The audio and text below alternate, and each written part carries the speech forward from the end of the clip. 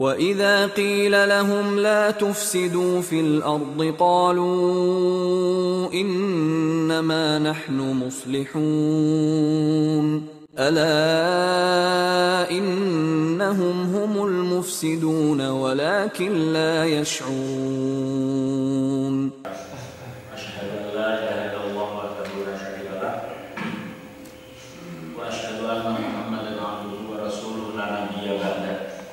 Allahumma shalli wa sallim ala Muhammadin sallallahu alaihi wasallam wa ala alihi wa azwajihi wa dzurriyyatihi wa man tabi'ahum ila yaumil qiyamah. Qala Allah ta'ala fi kitabihil karim, a'udzu billahi minasy syaithanir rajim. Ya ayyuhalladzina amanu taqullaha haqqa tuqatih wa la tamutunna illa wa antum muslimun. Ya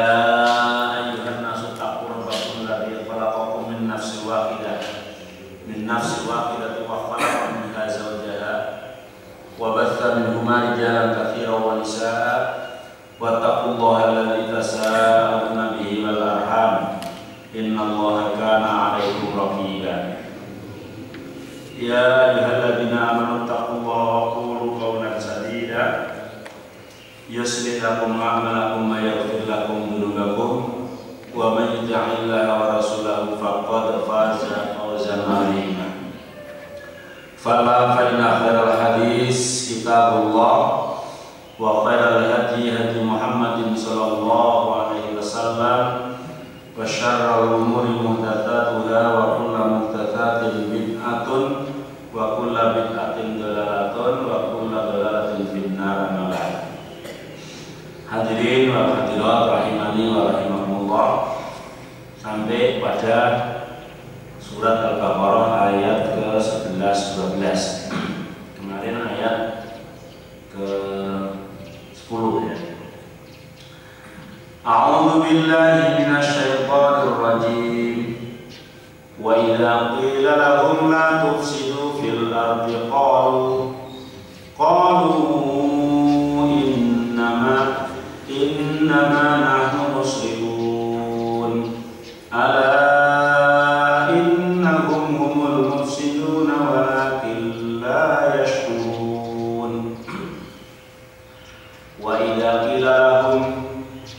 dan apabila dikatakan kepada mereka kaum munafikin, la tufsidu, hai orang-orang munafik, janganlah kalian membuat kerusakan fil ardi, di muka bumi ini. Qalu, maka para munafikin menjawab, innama nahnu muslimun, sama sekali tidak kami membuat kerusakan, akan tetapi kami ini adalah orang yang membuat muslihat, membuat kebaikan. Ala innahum humul mufsidun, ingatlah hai orang-orang mukmin, sesungguhnya munafik itu adalah mereka yang membuat kerusakan. Walakin la yashkurun, akan tetapi mereka munafikin itu tidak sadar kalau dirinya membuat kerusakan. Jadi orang munafik bila dikatakan jangan membuat kerusakan di muka bumi, maka dia enjoy tetap membuat kerusakan, tapi dengan berkilah aku ini membuat perbaikan, membuat kemaslahatan. Maka Allah ingatkan, sesungguhnya mereka itu tetap membuat kerusakan, tapi mereka tidak sadar. Jadi ada orang yang membuat kerusakan tapi tidak sadar, sadarnya memperbaiki padahal merusak. Imam As-Sadi di dalam kitab tafsirnya yang bersumber dari Abi Malik, dari Abi Saleh, dari Ibnu Abbas, dari Murrah At-Tayyib Al-Hamdani, dari Ibnu Mas'ud, dari seseorang dari golongan sahabat Nabi Muhammad SAW, wa idza qila lahum la tufsidu fil ardi qalu innama nahnu muslihun qalu hum al munafiqun. Jadi wa idza qila lahum di situ domir itu kembalinya kepada munafik karena masih menyambung ayat yang wa minan nasi may yaqulu amanna billah wa bil yaumil akhir wa ma hum bimumin, sampai kepada fi qulubihim maradun itu masih nyambung. Maka sini wa qila wa idza qila lahum yang dimaksud adalah orang munafikun. Adapun membuat rusak di muka bumi, amma la tufsidu fil ardi qala al fasad wa al kufru wal amalu bil maksiyah. Yang dimaksud jangan membuat kerusakan, yang dimaksud dengan kerusakan di sini adalah al kufru wal amalu bil maksiyah, kekufuran dan melakukan kemaksiatan pada Allah Subhanahu wa taala. Itu namanya sedang membuat kerusakan di muka bumi. Baik maksiat yang langsung, ya, langsung kepada Allah, atau maksiat yang tidak langsung. Maksiat yang langsung kepada Allah artinya maksiat yang sifatnya betul-betul maksiat yang tidak bisa jadi sudah kelihatan kalau itu maksiat, itu membuat kerusakan. Atau yang tidak kelihatan, mungkin kelihatannya adalah membuat kemaslahatan, tapi dengan sesuatu hal yang Allah Subhanahu wa taala tidak mengizinkan, itu pada hakikatnya sedang membuat kerusakan. Karena kufur dan kemaksiatan itulah al-fasad, hakikatul fasad, hakikatnya membuat kerusakan. Yang dilarang oleh Allah, la tufsidu fil ardh, jangan membuat kerusakan di muka bumi. Jadi kalau kita masih banyak melakukan kelakuan kekufuran dan perilaku kemaksiatan, berarti kita sedang andil membuat kerusakan di muka bumi ini. Wa qala Abu Ja'far an Rubai' ibni Anas an Abi Aliyah, dari Abi Aliyah, mengomentari tentang wa idza qila lahum la tufsidu fil ardh, hei orang-orang munafik, janganlah kalian membuat kerusakan di muka bumi. Maka beliau mengatakan, yakni la ta'su fil ardi wa kana fasaduhum dzalika maksiatullah. La ta'su, jangan kalian bermaksiat. Maka kita harus menyadari, ketika kita berbuat maksiat sekecil apapun, berarti kita sedang andil merusak bumi ini. Terjadinya gunung meletus, terjadinya gempa bumi, terjadinya longsor, banjir dan lain sebagainya, semuanya dikarenakan karena orang-orang ini berbuat maksiat. Apabila maksiatnya sedikit kali dengan jumlah orang yang melakukan menjadi banyak, maka kita sedang membuat kerusakan. Itu kerusakan yang sifat fisik, ya, belum kerusakan yang bersifat mental. Wa kana fasaduhum dzalika maksiatullah, rusaknya itu karena orang-orang pada melakukan maksiat pada Allah. Li'annahu man 'asallaha fil ardi aw amara bi maksiatihi faqad afsada fil ardi. Karena sesungguhnya orang yang bermaksiat kepada Allah atau menyuruh maksiat kepada Allah, faqad afsada fil ardi, berarti orang itu telah merusak di muka bumi. Melakukan maksiat sendiri atau menyuruh maksiat kepada orang lain. Li'anna silahal ardi wassama bit-ta'ati, karena bagusnya bumi dan langit, atau islahnya bumi dan langit ini tiada lain adalah bit-ta'ati, dengan melakukan ketaatan kepada Allah Subhanahu wa taala.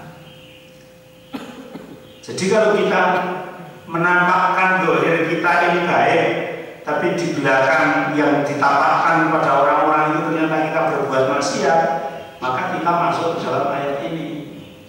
Wa idza qila lahum la tufsidu fil ardi. Dikatakan, hai orang-orang munafik, jangan kau berbuat kerusakan di muka bumi.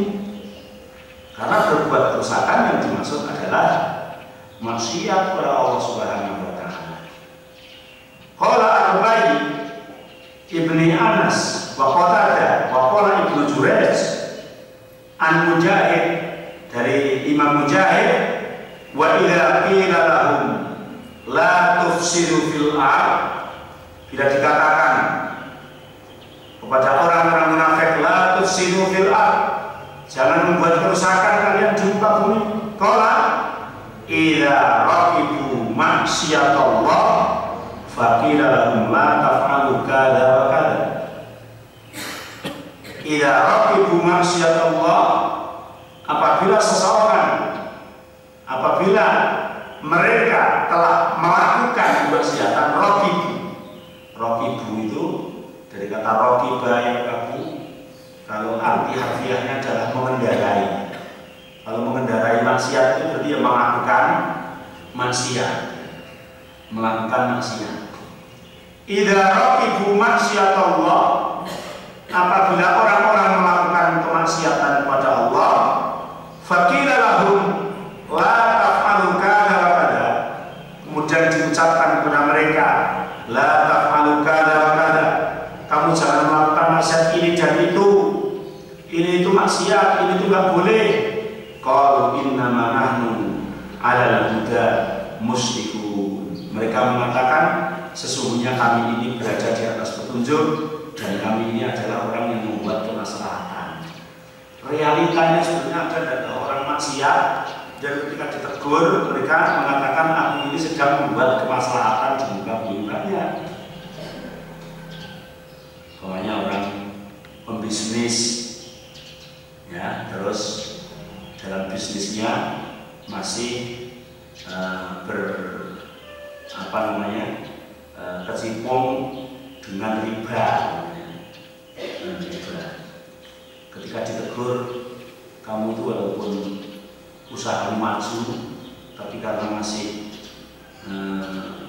bercampur, bahkan mungkin 90% masih menggunakan riba, itu kamu pada hakikatnya sedang membuat kerusakan di muka bumi. Mesti mereka akan menjawab, enggak, saya ini sedang membuat kemaslahatan supaya orang-orang itu pada kemaslahan, orang-orang itu pada bisa kerja dengan saya, karena saya ini usaha itu.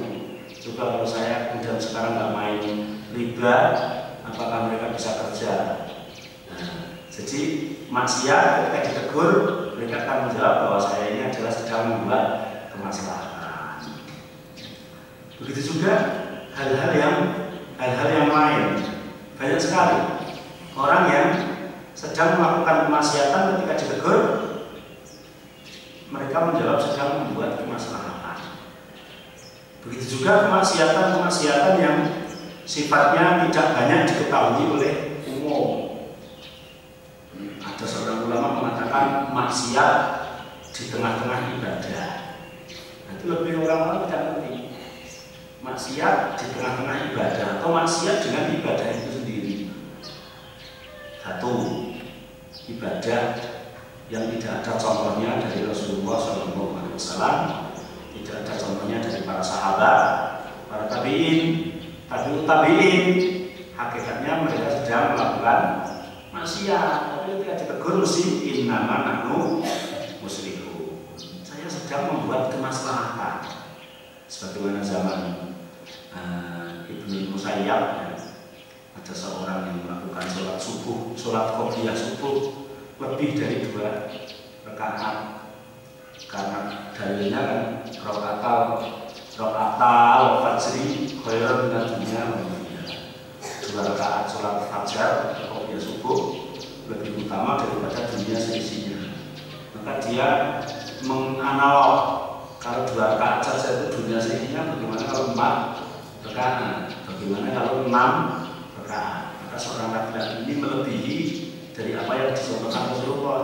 Dia sholat subuh lebih daripada 2 rakaat. Ditegur oleh Imam Ibnu Musayyab, Ternyata ketika ditegur jawabnya, Aisyah, apa mungkin Allah itu akan menyiksa aku disebabkan aku melakukan sholat? Ini kan jawabnya innama nahnu musyrikhun. Dan Ibnu Musa menjawab, Allah sekali-kali tidak akan menyiksa kamu karena sholat, tapi Allah akan menyiksa kamu karena kamu tidak mengikuti tuntunan Rasulullah SAW. Yang kedua, mungkin ibadahnya sudah sesuai apa yang disyariatkan oleh Rasulullah, sesuai yang dicontohkan oleh sahabat.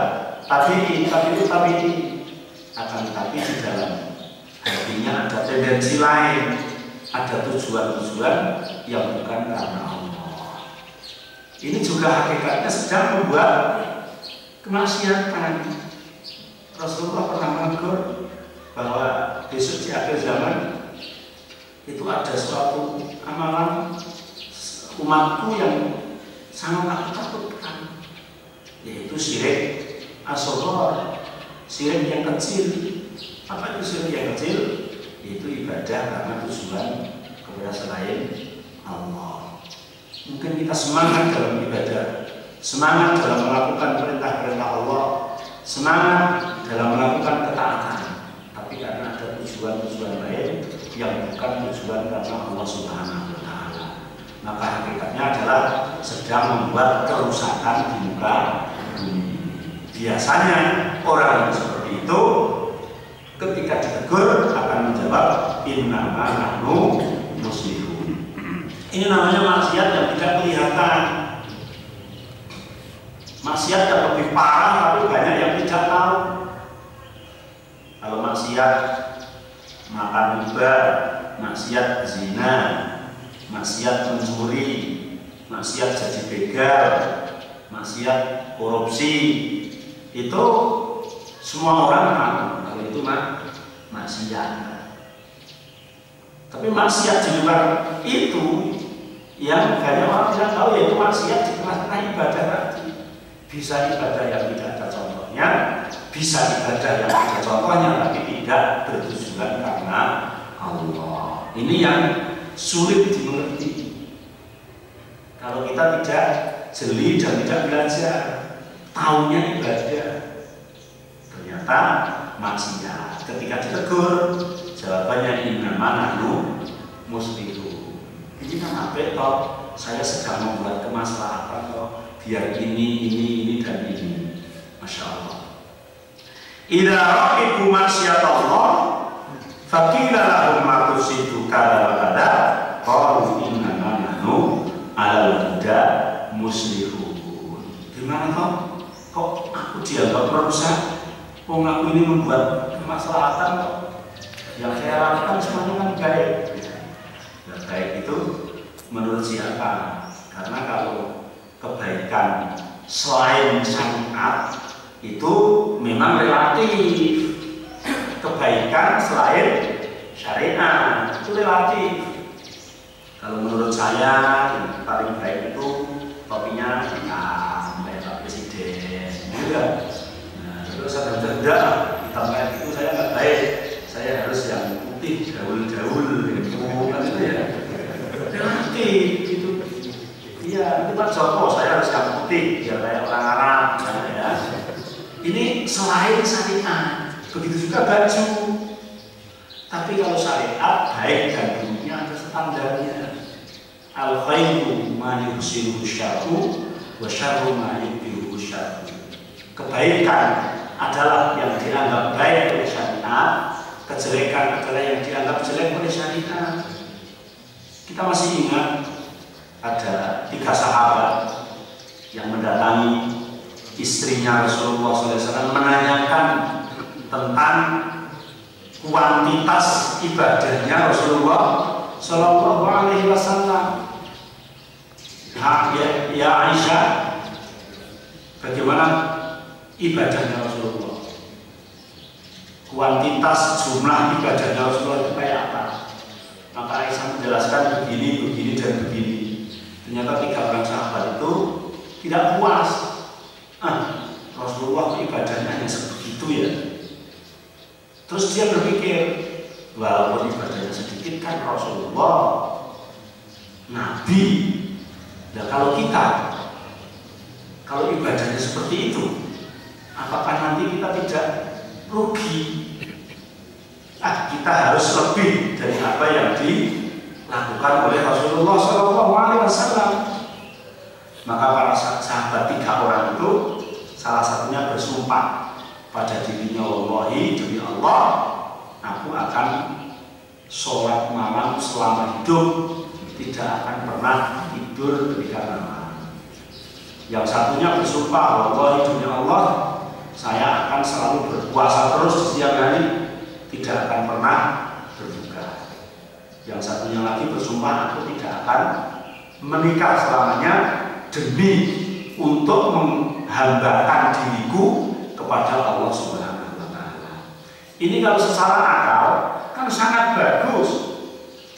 Orang yang tidak akan tidur malam selama-lamanya karena hanya untuk menyembah kepada Allah supaya tidak terganggu, tergoda oleh dunia. Secara akal kan baik banget itu. Yang kedua, tidak akan pernah tidak puasa, mau puasa terus. Kalau kita melihat dalil-dalil tentang puasa itu kan Masya Allah, bahwa puasa itu ibadah yang paling utama, bahkan akan mendapat pintu royal, pahalanya tidak terhingga, kan berarti baik. Yang ketiga, tidak akan menikah sama sekali, karena memang menikah itu jadi fitnah. Inna amwalakum wa auladakum adwalakum, anak-anakmu dan istri-istrimu itu kadang-kadang jadi musuh. Sehingga kalau istihadnya sahabat ini tidak akan nikah supaya dekat dirinya kepada Allah kan berarti baik. Tapi ternyata setelah 3 orang ini bersumpah, Rasulullah datang dan mendengar siapa yang berkata begini dan begini. Saya ya Rasul. Maka Rasul mengatakan, siapa orang yang paling takwa di muka bumi ini? Yang engkau ya Rasul. Kalau begitu, tirulah aku. Aku ini kadang-kadang sholat malam, kadang-kadang mulai isya sampai subuh, tapi ya kadang-kadang tidur sama istri-istriku. Saya ini kadang puasa, kadang enggak. Saya masih menikahi wanita-wanita. Barang siapa yang benci, tidak suka kepada sunnahku, maka bukan termasuk umatku yang baik. Ternyata apa yang diistihadkan para sahabat tadi tidak baik karena tidak sesuai dengan petunjuk Rasulullah SAW. Maka urusan agama, urusan ibadah, baiknya tidak relatif, tapi baiknya adalah ada standarnya. Standar yang dicontohkan oleh Rasulullah SAW. Seseorang menganggap baik, kalau syariat menganggap jelek, ya jelek. Begitu juga sebaliknya. Orang-orang menganggap jelek, kalau syariat menganggap baik, maka ya termasuk baik. Contoh namanya pakai pijis tadi, pakai tutup kepala, itu baik. Saya kira orang pakai tutup kepala dengan tidak pakai tutup kepala ketika sholat, baik yang mana? Kan baik yang pakai tutup kepala. Bahkan juga ada anjuran itu sunnah, walaupun tidak disifati tutup kepalanya yang kayak apa. Tapi ketika ihram, baik itu ihram haji maupun ihram umrah, panjenengan kok pakai tutup kepala, itu jelek, haram. Bahkan bisa jadi ihramnya tidak sah begitu. Ketika kita sudah sampai mikot dari Berali atau dari Yaman, sudah niat ihram tu bil hajj atau bismillahirrahmanirrahim hajjan, bismillahirrahmanirrahim umratan, maka wajib membuka tutup kepala sampai tahalul kan begitu. Karena apa? Ya syariat yang mengatur seperti itu. Maka saya dulu punya teman haji itu yang tidak pernah membuka tutup kepala sama sekali. Jadi seumur hidup itu kalau keluar dari rumah sudah pakai tutup kepala. Jadi tidak ada satu orang yang pernah melihat kepalanya kecuali istrinya. Entah karena buta saya nggak tahu gitu ya. Nah iya. Sehingga ketika berangkat haji itu juga di jalan itu nggak pernah, di jalan sampai sana itu nggak pernah buka tutup kepala itu. Bahkan dia bukanya itu ketika masuk kamar mandi, ditanda di dalam kamar mandi, keluar kamar mandi itu masih tutup kepalanya itu dipakai. Nggak mau kepalanya dilihat orang itu.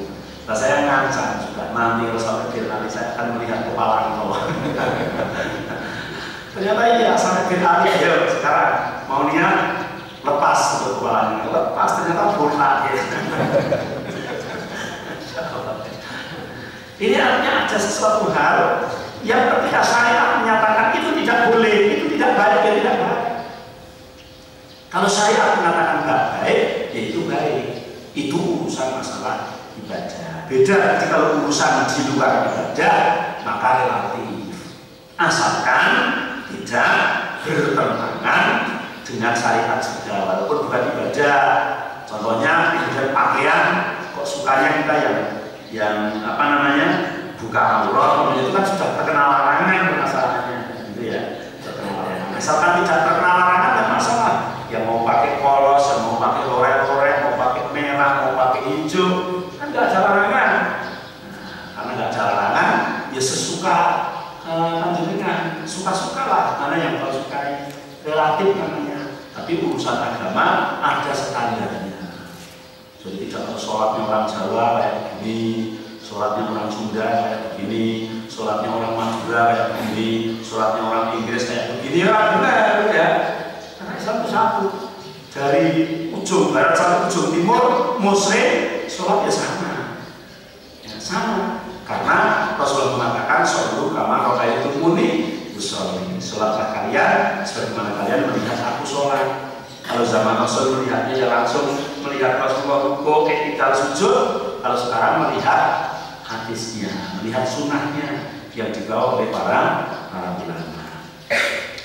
Wa qala Waqi' wa Isa ibni Yunus wa Utsman ibni Ali min al-A'mash anil Minhal ibni Umar an Ubbad ibni Abdillah al-Azdi an Salman al-Farisi wa idza qila lahum la tusidu fil ardi qalu innama nahnu muslihun qala Salman lam yaji ahlu hadhil ayah ba'du. Kata Imam Salman, pada zaman Al-Quran ini diturunkan, itu orang yang bersifat seperti itu katanya belum ada.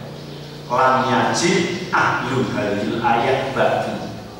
Jadi zaman ayat ini diturunkan, orang yang disifati, disuruh, dilarang untuk membuat kerusakan di muka bumi, dan mengatakan aku ini sedang membuat kemaslahatan. Itu kata Salman al-Farisi. Zaman Al-Quran diturunkan ini belum ada orang yang seperti itu. Berarti kalau kita melihat istiadatnya Salman al-Farisi ini, banyaknya kejadian ini sekarang berarti ya. Sekarang buktinya kan begitu. Jangan melakukan ini nggak ada syariatnya, nggak ada contohnya. Kan ini baik, innama muslimun. Itu kata Imam Salman al-Farisi belum ada ketika zaman ayat itu diturunkan. Qala Ibnu Jarir, haddatsani Ahmad bin Utsman ibni Hakim, haddatsani Abdurrahman bin Syarih, haddatsani Abdi anil Ahmas an Zaid ibni Wahb bin wa ghairihi an Salman al-Farisi di hadal ayat ma ja'ala. Dulu belum ada. Ketika ayat ini diturunkan belum ada. Akan tetapi yang dimaksud belum ada, Imam Ibnu Jarir menafsirkan perkataannya Salman al-Farisi, kok orang sifat munafik yang seperti ini zaman dulu belum ada, itu maksudnya gimana? Nah ini Imam Ibnu Jarir mengatakan, yang pakai topian cocok deh. Ketemu apa ya? Ketemu deh. Barisannya ketemu yang saya baca deh. Ya, nanti yang belum dapat bisa dikasih. Kata Ibnu Jarir mengatakan, ya tamilu anna Salman radhiyallahu anhu arada bihada. Sesungguhnya yang Salman mengatakan seperti itu, ya.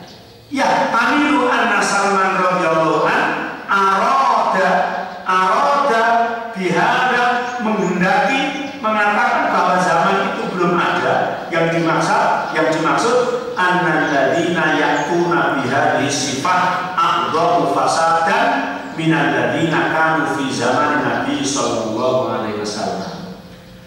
Orang-orang yang membuat kerusakan di muka bumi kemudian ditegur mengatakan aku sedang membuat kemaslahatan, itu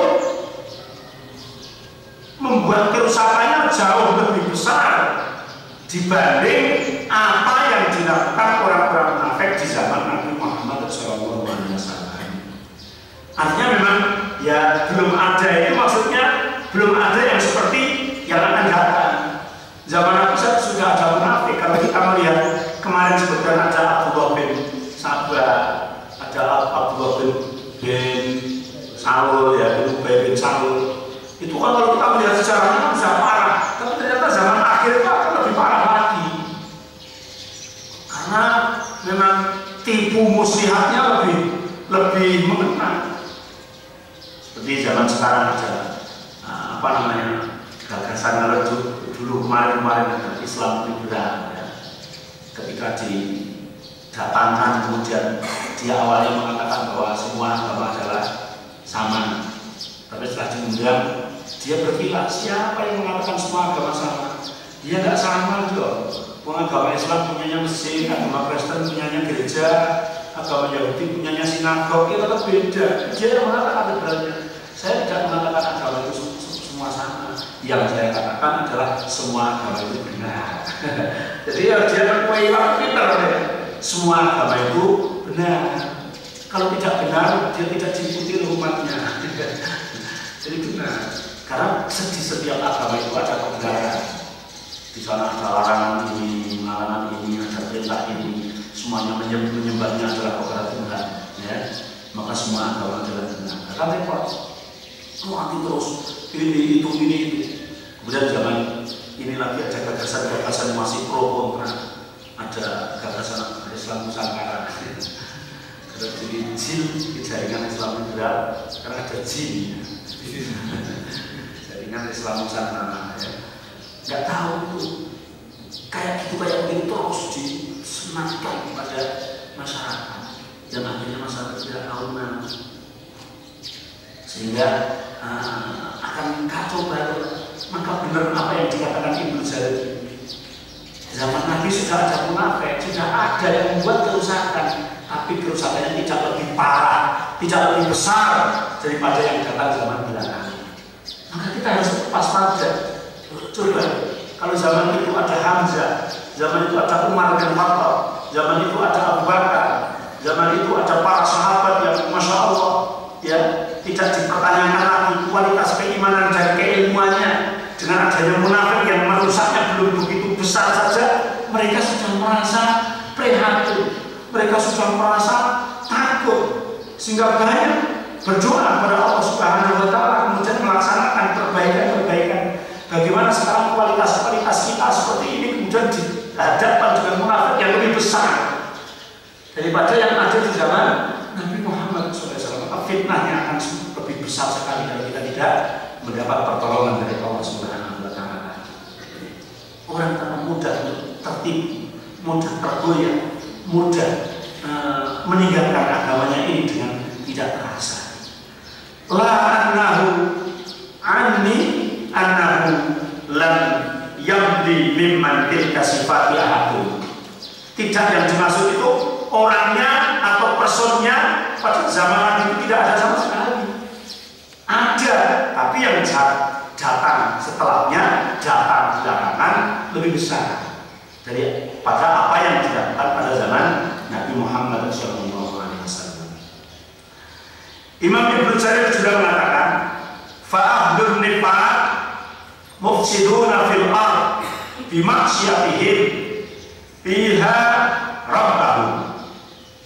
Orang munafik itu mereka membuat kerusakan di muka bumi ini bimaksiyatihim fiha rabbahum, dengan kemaksiatan mereka di dalam muka bumi ini, maksiat kepada Tuhan mereka. Merusaknya itu dengan kemaksiatan itu. Maka semakin kemaksiatan itu banyak, maka semakin kerusakan ini banyak. Tidak semakin masalah, tapi semakin rusak, semakin parah. Warukubihim fiha manahahum an rukubihi, dan dari karena mereka melakukan apa-apa yang Allah larang di dalam muka bumi ini, karena kemaksiatan mereka kepada Allah, mereka melakukan hal-hal yang dilarang oleh Allah Subhanahu wa Ta'ala. Yang diperintahkan malah tidak dilakukan, tapi yang dilarang malah dilakukan. Dalam hal ibadah diperintahkan sesuai syariat, kadang-kadang memilih dengan yang tidak sesuai dengan syariat. Yang ada perintah syariatnya pada dihindari. Coba kalau kita kembali lagi kepada sholat qobliyah subuh, yang Rasulullah mengatakan sholat qobliyah subuh itu lebih baik daripada dunia seisinya. Kira-kira kalau kita mengadakan sensus, mulai dari satu RT atau mulai dari satu kampung, orang-orang yang melakukan sholat qobliyah subuh kira-kira berapa persen dari jumlah umat muslim yang ada di tempat itu? Kemudian satu RT ada 50 kakak. 50 kakak.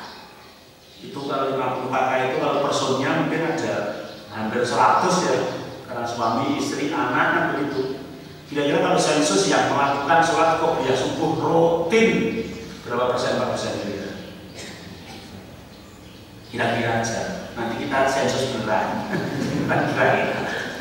Kira-kira berapa persen? Ada 50 persen? 5, tidak 80. 5% ya. Itu. Padahal kan jalurnya jelas 2 rakaat qobliyah subuh itu lebih baik daripada dunia seisinya. Ini dalam mafhum mukhalafah atau dengan kata yang tegas itu bisa dikatakan kalau kamu ingin dunia seisinya, lakukanlah sholat qobliyah subuh secara rutin. Tapi caranya bukan individual, bukan baru 5% dari jumlah yang ada. Kalau satu RT sudah 50%, apalagi sampai 60%, semuanya melakukan qobliyah subuh secara rutin, maka keinginannya apapun terutama di dunia ini akan dikasihkan oleh Allah, menguasai dunia. Sekarang kalau sudah satu negara 80% yang melakukan qobliyah subuh, maka negara itu akan menjadi negara pemimpin di dunia. Karena Rasulullah sudah mengatakan seperti itu. Sehingga orang Rusia, orang komunis kemarin mengatakan negara yang mempunyai kesempatan, mempunyai peluang untuk menjadi negara adikuasa, super power adalah Indonesia, dengan jumlah muslim yang paling banyak di muka bumi ini, dengan catatan jamaah subuhnya seperti jamaah Jumatnya. Kalau jamaah subuh semua kan mesti qobliyah subuh, tidak punya jamaah subuh yang ketiga kan enggak, karena sudah bangunnya mesti pagi, mesti sholat tahiyatul masjid dulu dengan adzan, situ sholat qobliyah subuh dan berdoa kepada Allah pada saat itu, dan itu semua akan mengguncangkan dunia. Karena Rasulullah mengatakan 2 rakaat saja pasal banyak-banyak lebih baik daripada dunia seisinya. Tapi orang yang tergugah dengan itu juga belum banyak. Belum banyak. Coba dengan cara apa supaya orang itu tertarik melakukan itu ya?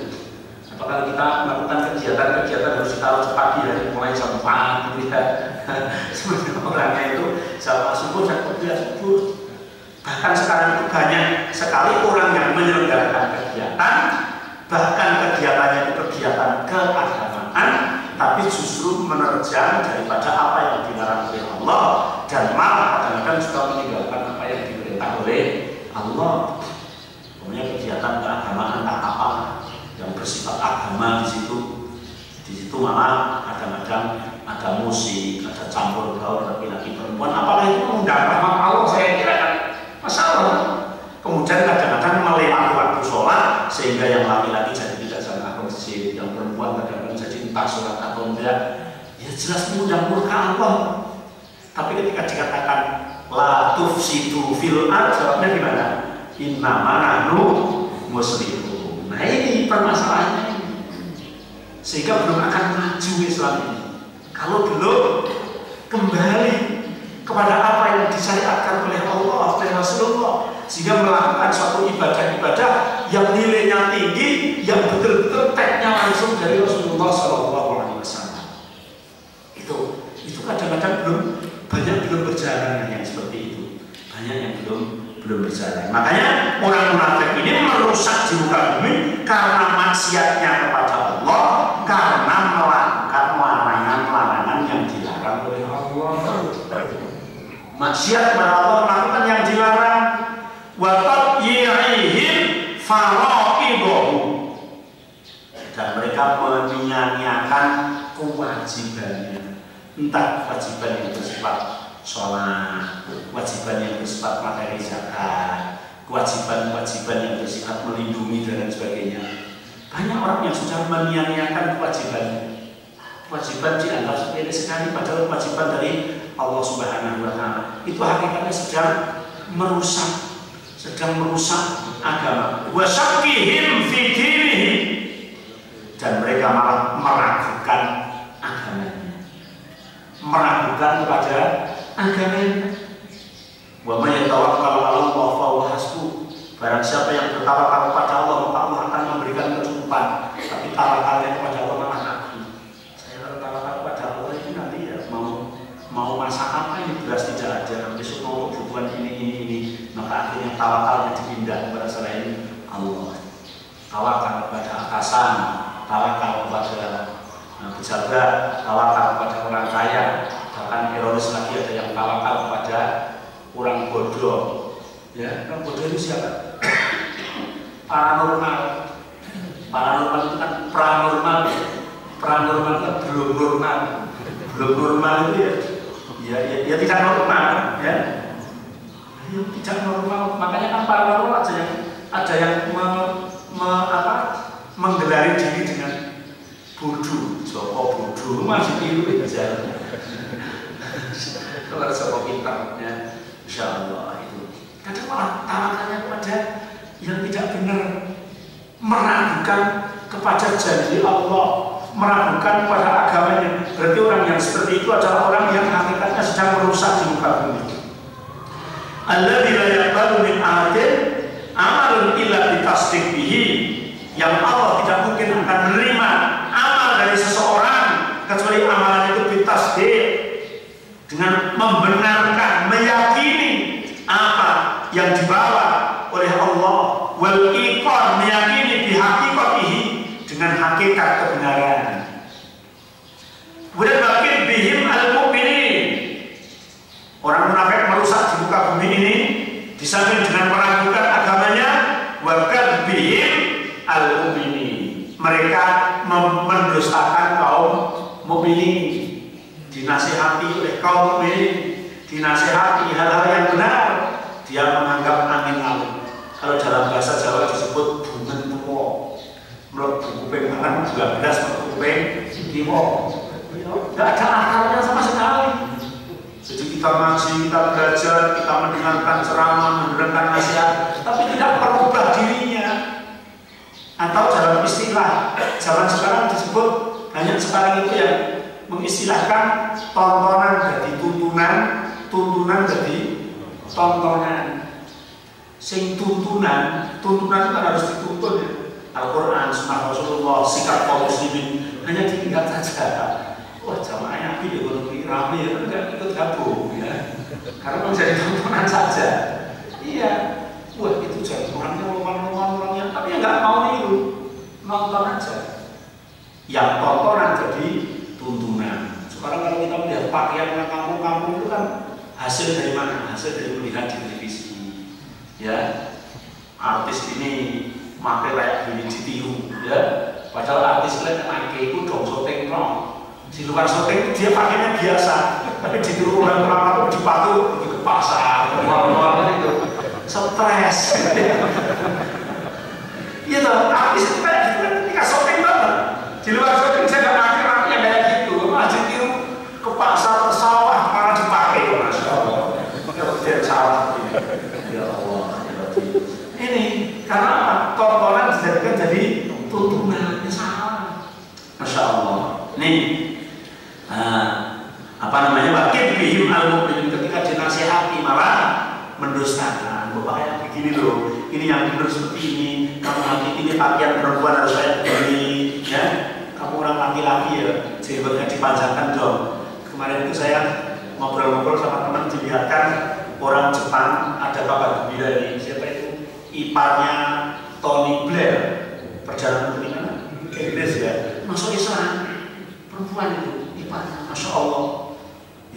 masuk Islam. Kita dilihat cocokingannya ada mengucapkan 2 kalimat syahadat dan mendalami agama. Ketika dia itu masuk Islam itu perempuan, maka pakaiannya langsung kayak orang Muslim yang sempurna. Dan terus suaminya juga masuk Islam, laki-laki tadinya nggak berjenggot, cuma langsung jenggotnya panjang gitu. Jadi orang luar negeri itu kalau masuk Islam langsung mengamalkan sepenuhnya. Ya, udkhulu fi silmi kafah. Tapi garing kita itu Islamnya dari kecil, Islam segini lah ya. Nah, Islam dari sejak lahir tapi tidak menampakkan ciri khas keislamannya. Karena kalau orang luar negeri kan masuk Islamnya itu dari penelitian, dari punya ilmu masalahnya. Kalau kita kan Islamnya menganut-anut ya. Bapaknya dari Muslim ya, orang Muslim kan ragu gitu kan. Nah, ikut-ikutan Muslim. Ditanya jati dirinya Islam juga tidak tahu. Dinasihati malah mendustakan. Bakir bihim bil mukminin al mukminin. Bidawahum ghayra ma hum alaihi mukimuna minasyak wa raib.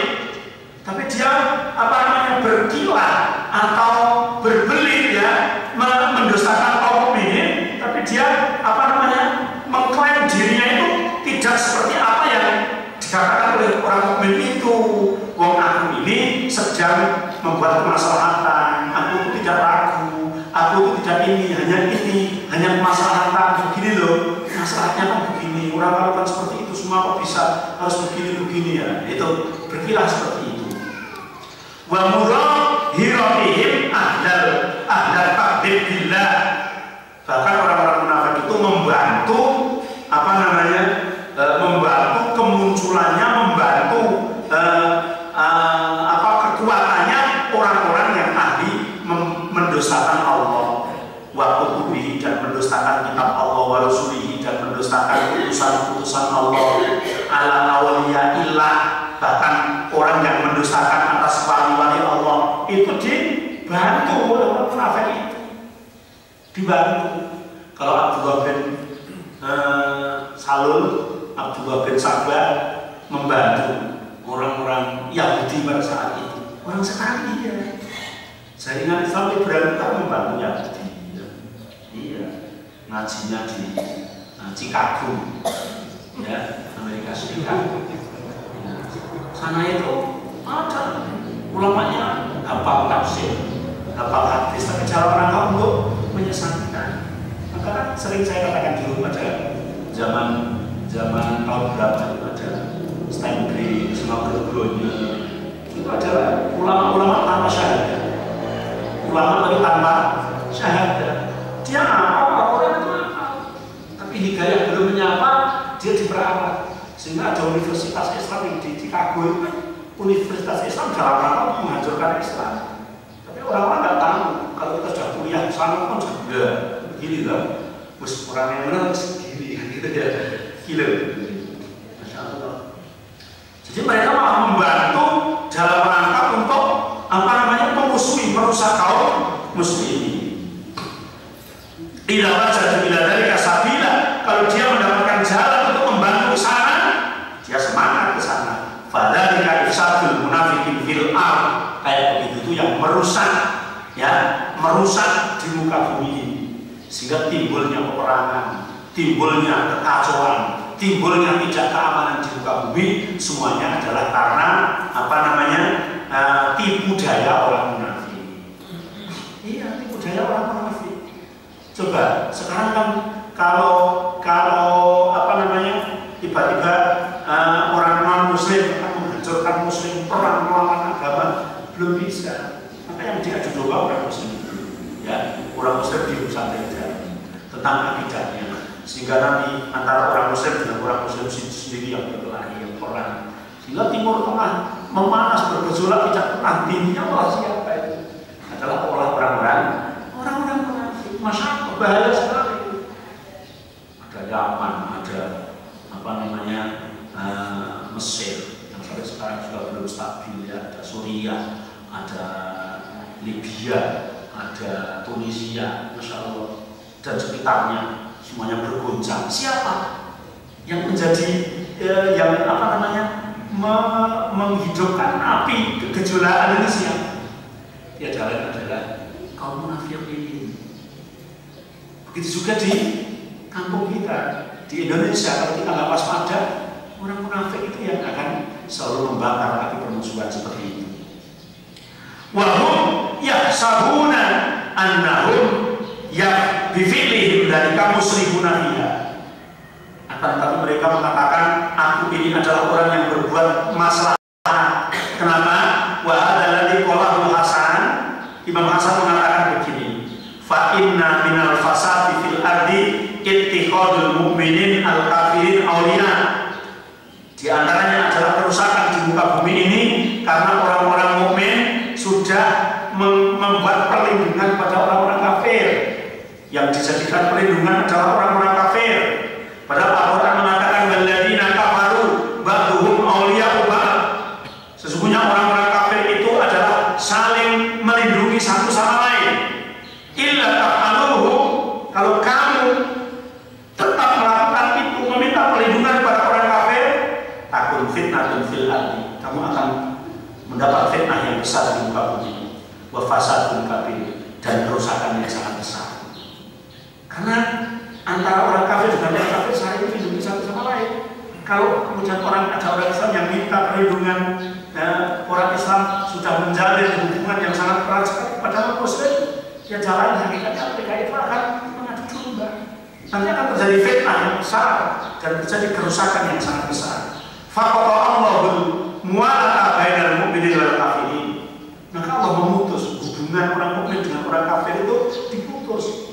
Artinya hubungan tidak sampai kepada seperti orang mukmin dengan orang mukmin. Hanya dalam sosial saja, dunia. Allah mengatakan ya ayyuhalladzina amanu la tattakhidul kafirina awliya. Hei orang-orang mukmin, jangan kau jadikan orang kafir itu sebagai perlindunganmu, menjadi pemimpinmu.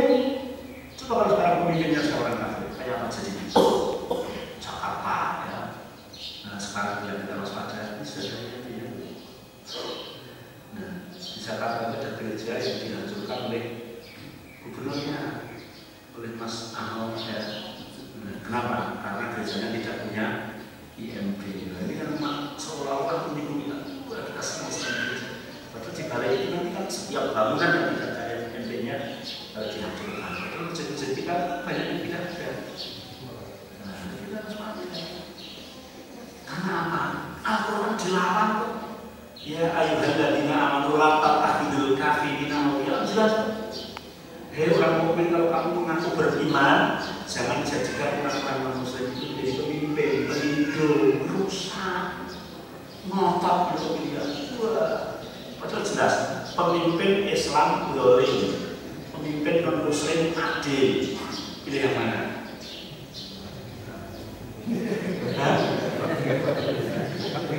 Pilih, harus pilih. Harus pilih. Harus pilih pemimpin yang muslim, walaupun harus.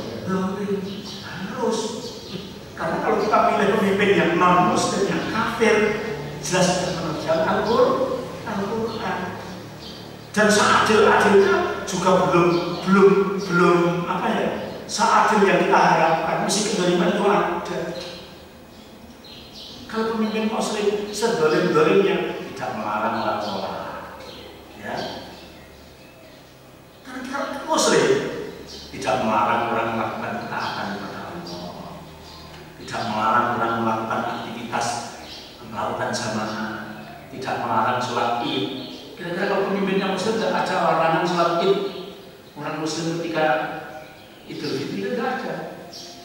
Ada larangannya itu karena yang memimpin bukan muslim. Malah lebih baik dolim tapi muslim daripada adil bukan muslim, apalagi sama-sama dolimnya. Apalagi sama-sama dolimnya, pilih ya yang muslim. Ya ayyuhalladzina amanu la tattakhidul kafirina awliya min dunil mu'minin, dari yang bukan mukmin. Aturiduna an taj'alu lillahi 'alaikum sultanan mubina. Apakah aku menghendaki akan mencari alasan-alasan ketika kamu mau disiksa oleh Allah? Besok pada di akhirat kita beralasan ketika mau disiksa oleh Allah begini. Kenapa kamu tidak melakukan ibadah, tidak melakukan kebenaran ini, ya karena aku terjepit, karena aku terzalimi. Ternyata Allah mengatakan, Allah inna ardallahi wasi'ah. Tidak tahu kalau dunia Allah itu luas, begitu ya. Anda jangan sampai ketika kita masih di dunia, jangan sampai seperti itu. Bahkan dalam ayat yang lain, Allah mengatakan innal munafiqina fi tarkil asfali minan nar wa lan tajid lahum nasira. Sesungguhnya orang munafik itu besok berada di tengah neraka yang paling bawah. Wa lan tajid lahum nasira. Dan mereka tidak akan mendapat pertolongan sama sekali. Fal munafiq lamma kana dhahiruhul iman istabahu amruhu alal mu'minin faka'an al-fasad min jihadil munafik hasil. Karena munafik itu adalah zahirnya menampakkan keimanan, maka seolah-olah perintahnya itu atau seolah-olah perilakunya itu menyamai orang mukmin dalam sebagian hal, sehingga faka'an al-fasad min jihadil munafik hasil. Maka kerusakan di muka bumi dengan dirusak meminjam tangan-tangan munafik ini sangat mungkin untuk berhasil merusak di muka bumi ini. Li'annahu walladhi gharral mu'minin biqaulihi, karena dia yang bisa menipu orang mukmin dengan ucapannya. Saya itu loh sama dengan kamu, saya itu loh setuju, saya ini loh mendukung, kan begitu. Alladzi la haqiqata lahu, padahal tidak pada demikian hakikatnya. Wa waliyul kafirina alal mu'minin, bahkan nanti orang-orang kafir menguasai orang mukmin, tapi jangan budaya orang kafir nanti kan begini, nanti kan begini. Walaupun aku sadar kan begini, ditipu kita. Akhirnya mengiyakan rusak. Walau annahu istamara ala halihil awal lakana syarru akhaf. Sesungguhnya kalau orang munafik itu mau terus terang, ya sudah gabung saja kepada orang kafir, jangan menampakkan keimanannya, ya ada kerusakan juga bagi mereka aja, tidak akan menjalar pada kaum mukminin. Atau walau akhlasal amal lillah wa tutabiqu qaulahu wa amalahu la aflaha wa najah. Atau tobat, hatinya yang ditarik sehingga sama dengan dohirnya, maka dia akan beruntung, akan selamat. Atau mulutnya dibungkam sesuai dengan hatinya, gabung orang kafir, kerusakannya pun tidak akan merajalela. Itu, tapi dia tetap berada di tengah, karena ini yang orang munafik yang disebut kepala dua. Ya tinggal dia bersama siapa, mesti akan mengatakan akulah bersama kalian, gitu. Bersama orang mukmin, yang ngomong bahwa aku bersama orang mukmin, begitu juga bersama orang kafir. Walihada qala wa idza qila lahum la tusidu fil ardi qalu inna mana muslihun ay nuridu an nudari al fariqaini minal mu'minina wal kafirin wa nastalihu ma'ahaula wa haula. Jadi orang munafik itu mengatakan kok inna mana muslihun itu gimana? Itu kan gini, seperti orang-orang di sini kan mengatakan seperti ini, di muka bumi ini supaya kita itu rukun bersatu, kan gitu. Jadi menyatukan. Orang Kristen itu Tuhannya siapa toh? Oh, Yesus itu kan anak Maryam, begini. Oh, yang menciptakan orang Muslim siapa? Oh, hakikatnya sama. Jadi saya ini dalam rangka untuk menyatukan antara orang mukmin, orang Muslim dengan orang kafir, supaya satu visi sehingga rukun. Jadi nanti itu ya kalau hari Jumat orang Kristen, orang Hindu, orang Buddha yo masuk masjid Jumatan bersama. Besok kalau hari Minggu ya kita ke gereja, kan indah kayak begitu. Orang munafik mengatakan seperti itu, seolah-olah seperti nggak dengar qul ya ayyuhal kafirun la a'budu ma ta'budun wa la antum a'buduna ma a'bud wa la ana a'budu ma ta'budun wa la antum a'buduna ma a'bud lakum dinukum waliya din. Padahal yang namanya toleransi itu satu urusan sosial, mari kita bersama. Urusan agama nafsi. Kalau kamu mau sholat id, kalau saya non muslim ya bersilahkan, saya hormati, saya tidak akan mengganggu. Begitu juga kalau kamu nakalan, saya orang muslim ya sudah, saya tidak mengganggu. Itu urusan kamu, kan begitu. Itu toleransi. Tapi kalau harus memaksakan, kamu harus bergabung dengan saya, iya harus bergabung, namanya malah intoleransi. Dan urusan masalah dunia, urusan masalah sosial, ayolah kita jadi satu. Orang munafik itu seolah-olah menjadi pahlawan yang kesiangan. akan menyatukan antara orang muslim dan non muslim dalam urusan masalah ibadah yang nggak bisa. Dalam urusan ibadah nggak bisa. Itu sudah didahului oleh Abu Jahal, ya, yang mendatangi Abu Thalib, anak laki-laki itu mana? Muhammad itu loh. Ya sedang pergi keluar rumah, sudah begini aja. Nanti dikasih pilihan, ya, dikasih pilihan. Setahun ini kami Abu Jahal, Abu Lahab, CS, dah gabung sama Muhammad, sama anak laki-laki. Tapi setahun depan nanti Muhammad dan Abdullah bergabung bersama kami. Itu pernah diperakarsai oleh Abu Jahal.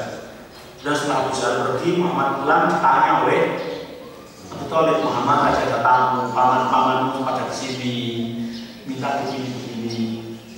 Bagaimana menurut pendapatmu? Saya sebagai orang tua tak tanya. Muhammad menjawab, ya pamanku Abu Thalib, ya aman, andai kata rembulan ditaruh di tangan kanan, matahari ditaruh di tangan kiri, saya harus bergabung dalam ibadah dengan mereka. Maka saya menunggu, saya ditolong oleh Allah untuk diberikan kemenangan, atau hancur lebur mati dalam rangka membela kebenaran. Dan begitu Abu Thalib yang belum momen itu kalau sudah begitu teruskan sama pamanmu ada di belakangmu, kan begitu. Maka kadang-kadang kalau lihat cerita ini kita nangis, kenapa ketika mati Abu Thalib tidak mengucap syahadat, padahal dia membela Muhammad. Masya Allah, saya ada di belakangmu, teruskan. Sehingga pada saat itu Abu Thalib masih hidup, nggak banyak gangguan-gangguan, nggak berani. Ini menunjukkan sudah pernah diprakarsai oleh Abu Jahal, Abu Lahab. Nah sekarang jadi penerusnya itu munafikin itu, ya, yang akan menjadi pahlawan kesiangan, mensatukan dalam ibadah, nggak bisa, Masya Allah. Qala Muhammad bin Ishaq dari Ibnu Abbas, wa idza qila lahum la tusidu fil ardi qalu innama nahnu muslimun innama la nuridu ilal islah. Kata ini yang dari Ibnu Abbas, mereka itu mengatakan, aku ini kecuali membuat muslihat saja bainal fariqain minal mu'minin wa ahlul kitab. Orang-orang ahlul kitab, Yahudi, Nasrani dengan orang mukmin saya padukan jadi satu.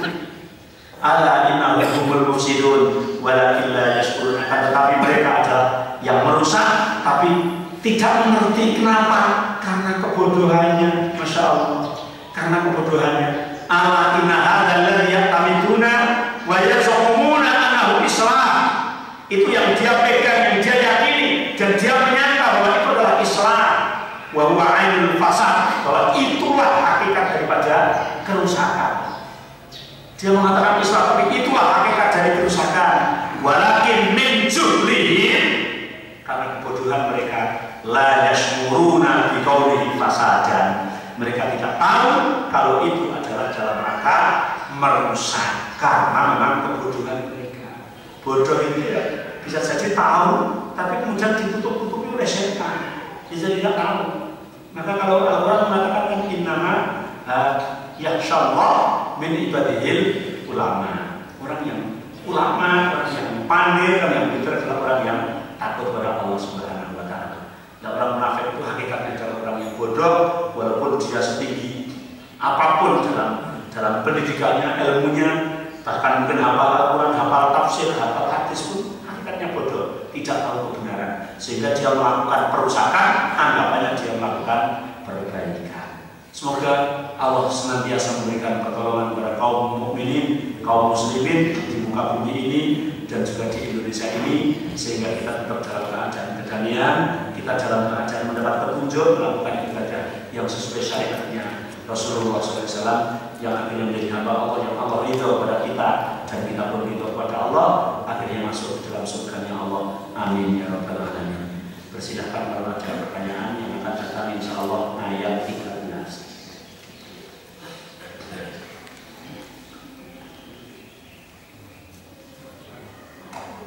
Bisa diikuti misalnya ya.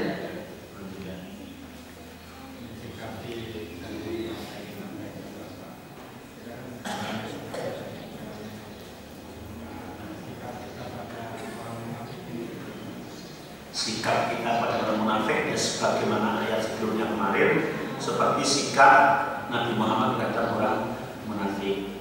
Jadi kita yang tetap tidak memusuhi secara zahir karena kita tidak tahu, sehingga kita tetap mendoakan semoga mereka mendapat petunjuk.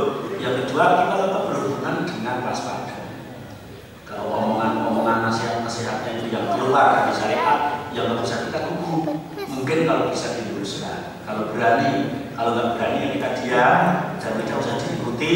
Kalau bisa kita nasihati supaya taubat dari kemunafikan itu. Tapi kita tidak boleh menyatakan tidak bermusuh kepada mereka karena mereka pada akhirnya tetap menjadi kaum muslimin. Sebagaimana dulu zaman Rasulullah tahu munafiknya ABC, tidak semuanya, ada beberapa yang Rasulullah tahu. Bahkan sampai Umar pun ada yang tahu. Kan sampai Abdullah bin Sahabat mengatakan bunuh aja. Saya yang sampai gak pedang aku penggal lehernya. Tapi Muhammad mengatakan jangan. Nanti apa? Kalau sekarang itu apa kata dunia? Gitu ya. Kata Rasulullah, apa kata orang-orang yang baru mau masuk Islam? Ternyata Muhammad membunuh sahabatnya sendiri. Nah, maka kita tetap waspada, kita hati-hati. Memang orang munafik itu justru musuh yang paling besar ya. Kalau kalian sekarang disebut musuh dalam selimut, maka kita harus waspada dan mendoakan. Kalau kita berdoa kepada Allah Subhanahu wa Ta'ala, insya Allah Allah akan memberikan pertolongan kepada kita semua. Dan itu dibuat oleh Allah itu memang untuk menguji kita sampai mana kekuatan iman kita dalam menghadapi fenomena yang seperti itu.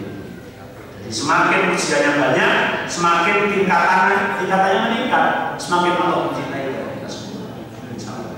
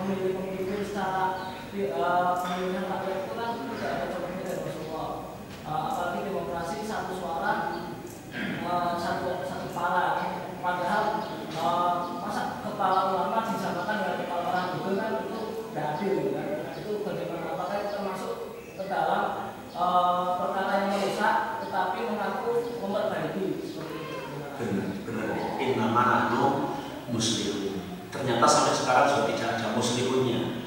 Sampai sekarang tidak ada masalahnya. Hanya kita memang dihadapkan di dalam sesuatu hal yang kalau istilah para ulama masuk ke dalam kategori ad-daruratu tubihul mahdurat. Darurat kadang-kadang membolehkan sesuatu hal yang asalnya tidak boleh. Tapi juga ada kaidah yang berbunyi ad-daruratu tuqaddiru al-qadriyah. Darurat adalah ada batas-batas tertentu. Sehingga kita melihat fenomena kenyataan nanti bagaimana. Jadi kalau kita memang bisa upama dalam pemilihan takmir,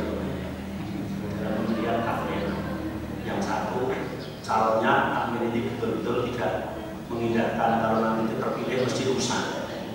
Yang satu kalau terpilih adalah insya Allah baik. Ini sistemnya apa ini? Padahal sekarang digalakkan sistem demokrasi. Dan kalau orang yang baik-baik ini ternyata diem 1000 bahasa, tapi kita sudah tahu pastinya, ternyata nanti jelas yang memimpin adalah orang yang merusak ini. Maka kita menjadi berkewajiban bagaimana supaya ini si pemimpin ini nanti bisa terpilih dari orang yang baik. Tapi ketika hal itu memang sudah bisa diyakinkan. Tapi ketika kita sudah tidak bisa berbuat apa-apa, misalkan dari jumlah pemilih itu kita 100 orang, kemudian yang baik itu sekitar hanya 10 orang. Yang kita sudah tahu, mau kampanye ke sana-sana mengajak untuk memilih yang baik itu tetap tidak bisa. Ya sudah, kita tawakal kepada Allah, nggak usah ikut nimbrung ke situ ya.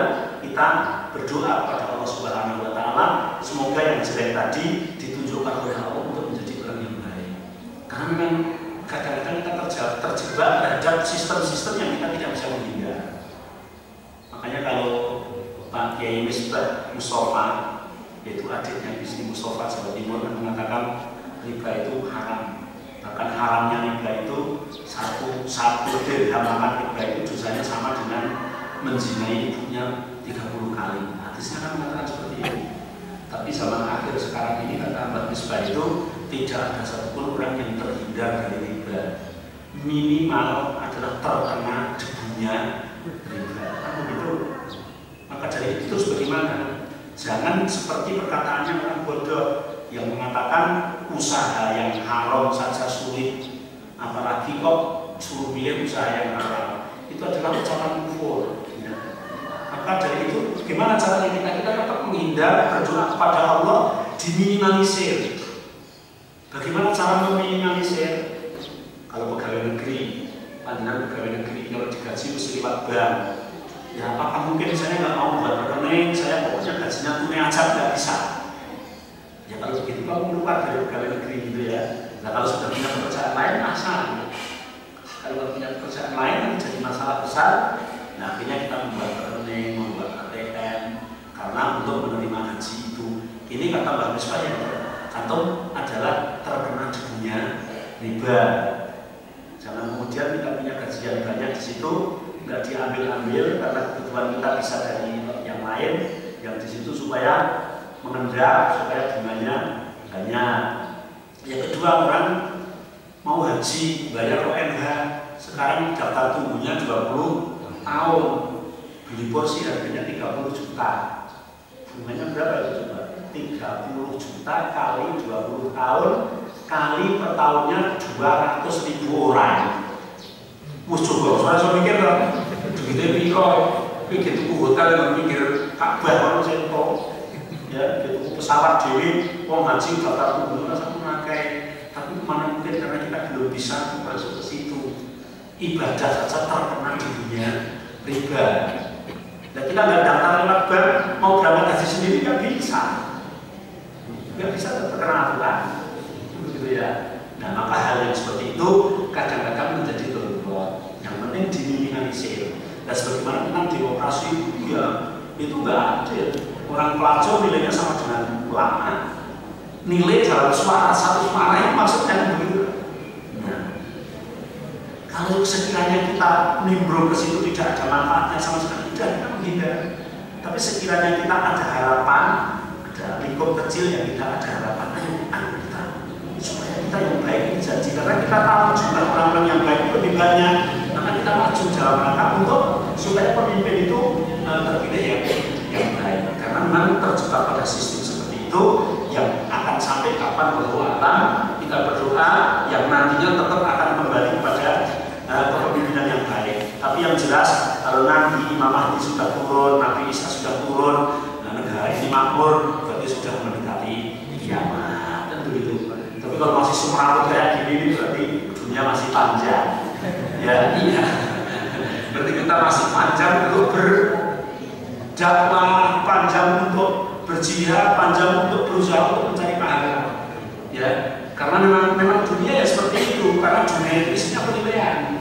Adapun balasan adalah ketika nanti sudah selesai di penilaian dunia ini yang begitu. Masih panjang, jangka kita masih panjang. Mungkin generasi-generasi yang akan datang mari kita didik yang sebaik-baiknya supaya yang akan datang nanti menjadi pemimpin-pemimpin di negeri ini sehingga nanti bisa menjadi negara baldatun thayyibatun wa rabbul ghafur, negara yang makmur, aman, damai, tentram, Allah memberikan ampunan sebagaimana masa Islam zaman terdahulu. Begitu Mas. Setengah 7 cukup deh. Insya Allah. Ya satu lagi. Waalaikumsalam.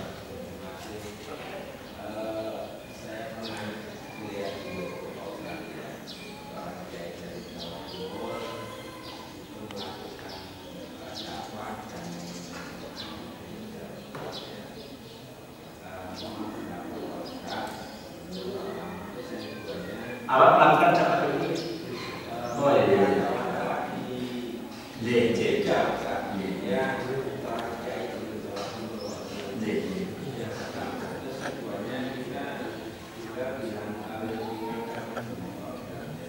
Ya Pak itu.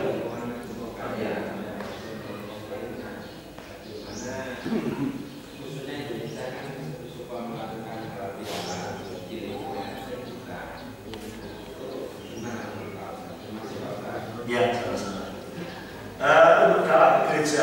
Kalau ikhlas, saya kira nggak apa-apa. Tapi kan keikhlasan ini yang sulit.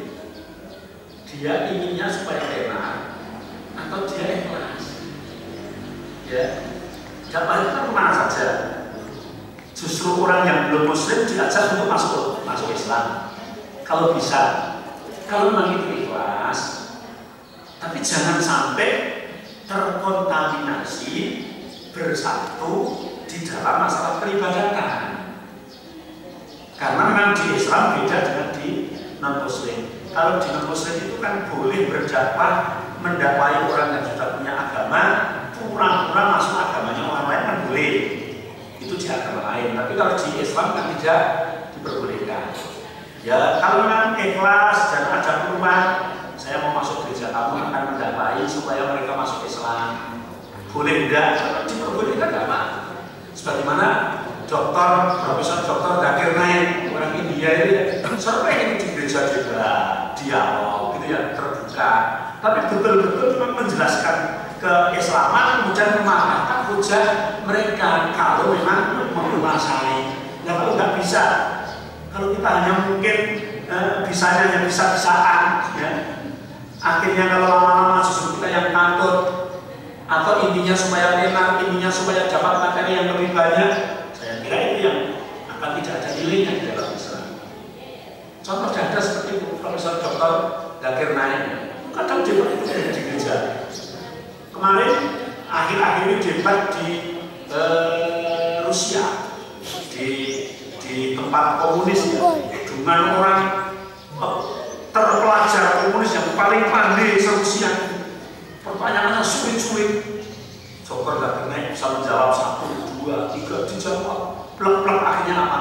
Dia mengucap 2 kalimat syahadat. Nah itu hebat sekali kalau bisa seperti itu. Tapi kalau hanya apa ya, mungkin sensasi ya itu ya repot. Bisa jadi agama kita tersudah. Jadi kalau memang bisa baik ya, itu saja contohnya. Yang kedua, masalah halal bihalal. Halal bihalal itu bukan ibadah. Halal bihalal bukan ibadah. Sehingga kalau lingkungan panjenengan adakan halal bihalal, ya nggak apa-apa untuk bukan ibadah. Yang nggak boleh itu kalau diyakini itu ibadah. Wajib ya enggak, sunnah ya enggak. Ya bukan ibadah. Halal bihalal dia sama ketemu. Jadi budaya. Ya kalau budaya didudukkan sebagai budaya. Oh budaya bareng-bareng apa namanya pesta atau apa, budaya kumpul-kumpul supaya satu RT atau satu RW kumpul saling mengenal sama. Hanya jangan diyakini itu sebagai ibadah karena memang bukan ibadah. Maka memang kemarin ada pengkaburan dalam apa namanya instansi pendidikan. Jadi kalau halal bihalal itu singgungan kaum muslim, mergo itu kegiatannya kaum muslim. Tapi mereka Natalan singgungan kaum Kristen, mergo kegiatan pemerintah pengkaburan. Kalau Natalan singgungan kaum Kristen bener. Padha karo nek awake dhewe nganake salat Id ya singgungan wong muslim ya ngono. Kalau halal bihalal itu budaya. Budaya itu siapa saja yang punya dalam lingkungan itu. Ya Islam, ya Hindu, ya Buddha, bahkan mungkin komunis kan gitu ya. Bersatu, berkumpul, bukan membahas agama, tapi di situ adalah membahas persatuan kesatuan urusan masalah sosial. Maka sekali lagi jangan dikatakan bahwa halal bihalal itu ibadah, karena tidak ada contohnya. Bahkan bahasa halal bihalal itu di Mekah juga tidak ada.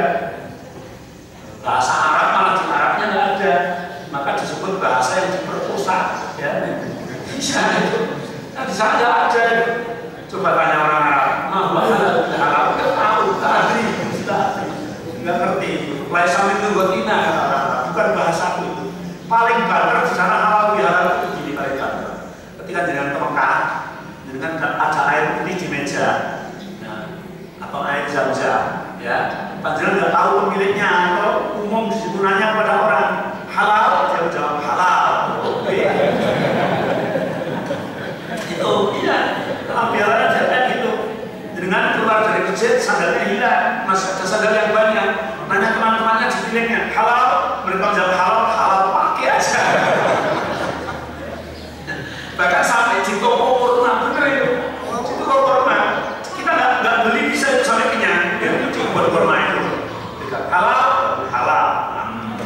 halal, halal. Itu namanya halal, bila halal paling banget di sana. Ya, yang secara seremonial seperti di sini nggak ada. Maka itu adalah budaya. Kalau kita diyakinkan sebagai budaya, ditanamkan sebagai budaya, ya nggak apa-apa namanya budaya. Jangan kamu orang Islam nggak ikut halal bihalal, gimana Islamnya kamu gimana lagi dari Islam dah. Seperti itu. Ada Al-Quran dibaca, lagunya bagus. Ya, yang tadi ya. Wa idza qila lahum la tufsidu fil ardi qalu innama nahnu muslihun. Dengan menembak malah iwak do tau ngaji lah. Jadi Quran dibaca kok menembak orang maca di Allah. Kan dibaca innama nahnu muslihun. Allah kan. Berarti kan sing muni Allah orang tahu ngaji, dan sing menembak orang tahu ngaji kan balik mana. Dan kira-kira sekarang sampeyan ustaz sing tahu ngaji nek Quran dibaca jawab Allah ini dia. Ono perintah Quran, perintah hadis, apa ijma ulama atau menurut pendapat ulama sapa, malah keadaan ya. Jadi sing tahu ora tahu ngaji, ustaz ini kan begini. Itu permasalahannya apakah tidak tahu? Ya, insyaallah. Nah, hanya kita terus belajar. Jadi itu adalah budaya. Budaya insyaallah tidak mengapa, tapi diyakini bahwa itu adalah budaya bukan ibadah. Wallahu a'lam. Sekian, sudah setengah 7 lebih. Ya, sambung yang akan datang semoga bermanfaat. Akhirul kalam, subhanakallahumma wa bihamdika, asyhadu an la ilaha illa anta, astaghfiruka wa atubu ilaik. Assalamualaikum warahmatullahi wabarakatuh.